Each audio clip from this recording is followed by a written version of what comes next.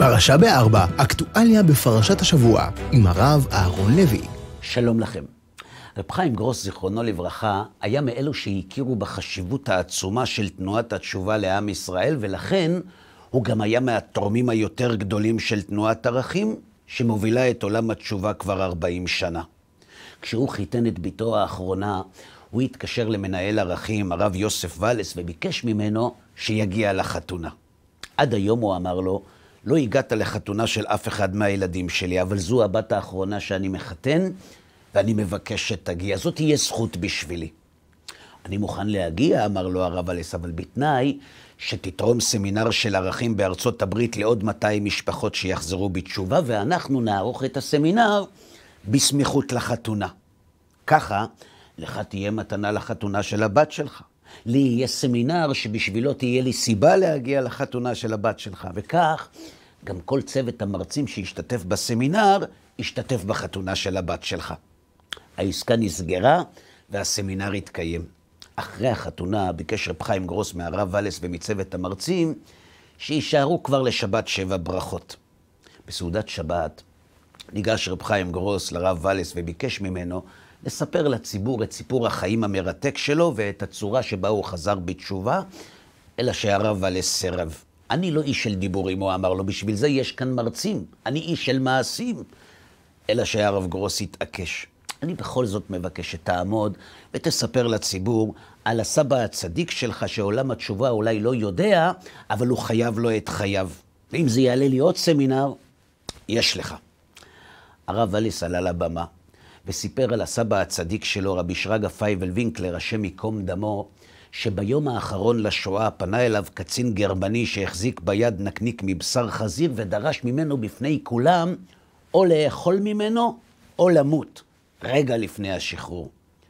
כשרב שרגא פייבל סירב, הגרמני ירה לו בראש, ואז הרב ולס סיפר שבסבא הזה הוא נזכר כשהוא עמד בתור לקנות בשר לא כשר, ושבזכות הסבא הזה עלה בו הרהור תשובה שהוביל לחזרה בתשובה שלו עד שהוא הצטרף לארגון ערכים שאותו הוא מנהל כבר 40 שנה.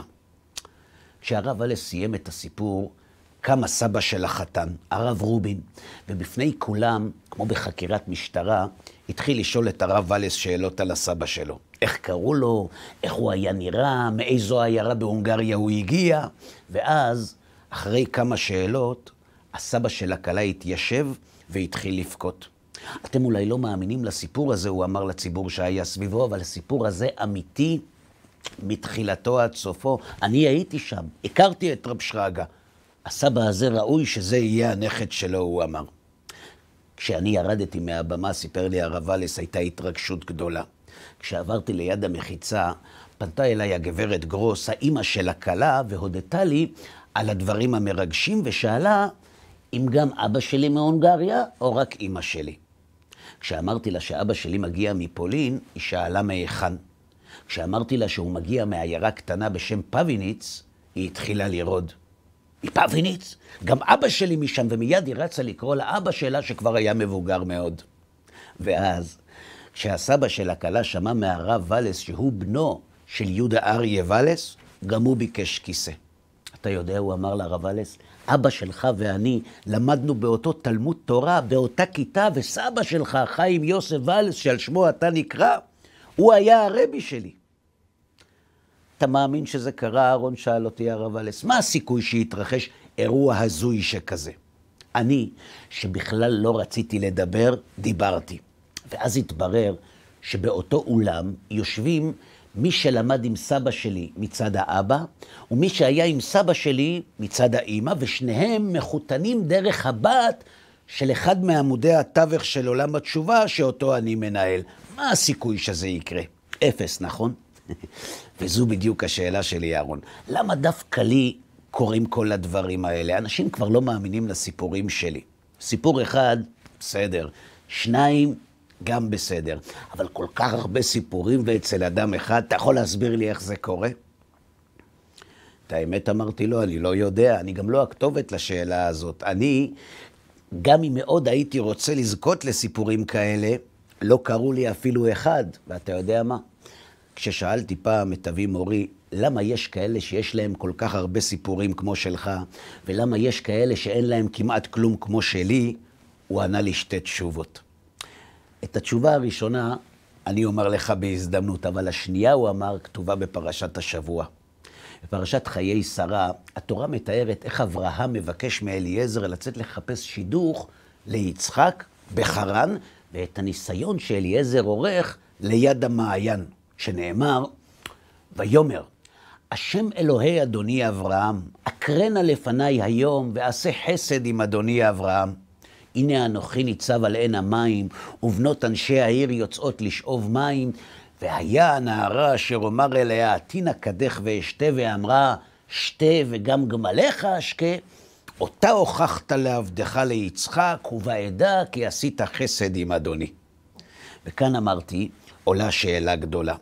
מההתעקשות של אברהם לקחת אישה ליצחק דווקא מחרן ולא מכנען, ומההתעקשות שלו לא להוציא את יצחק מארץ ישראל, מתברר שאברהם ידע היטב שמיצחק עתיד לצאת עם ישראל, ולכן הוא כל כך דאג גם לו וגם לשידוך שלו. ואם לשליחות הזאת הוא בוחר באליעזר, זה אומר שהוא שמח על אליעזר ועל האחריות שלו. ומה אליעזר עושה כשהוא מגיע לחרן? הגרלה.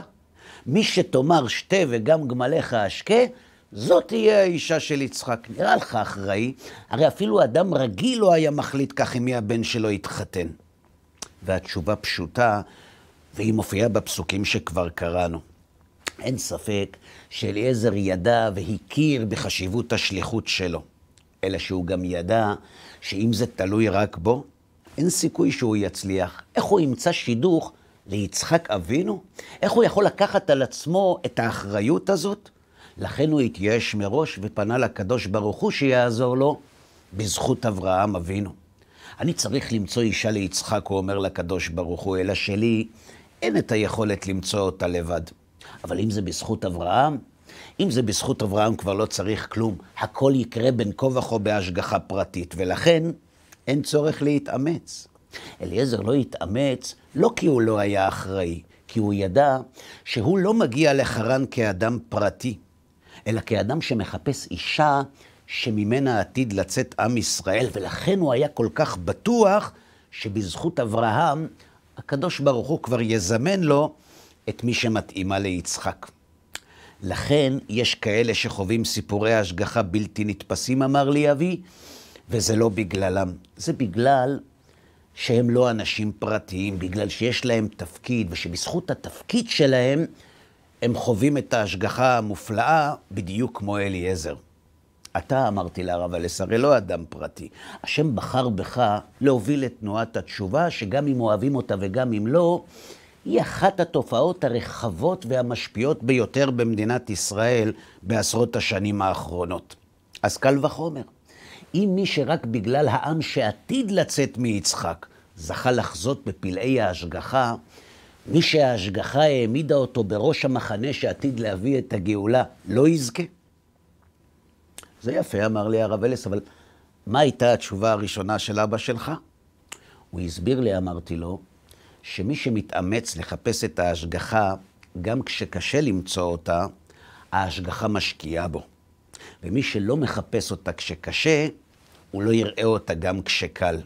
מי שרוצה לחוות את ההשגחה, אמר לי אבי מורי, שיקח בסוף כל יום דף ועט, וירשום את כל אירועי ההשגחה שהוא חווה במהלך היום. וגם אם הוא לא מוצא, שיתאמץ, שירשום אפילו דברים קטנים. למה? כי כשעושים את זה קורים שני דברים. אחד, מתרגלים לראות את ההשגחה גם בדברים קטנים. והשני, שההשגחה מבינה שכדאי להשקיע בו, ואז היא מראה לו גם דברים גדולים, בדיוק כמו שהיא מראה לך. שבת שלום. פרשה ב4, אקטואליה בפרשת השבוע, עם הרב אהרון לוי.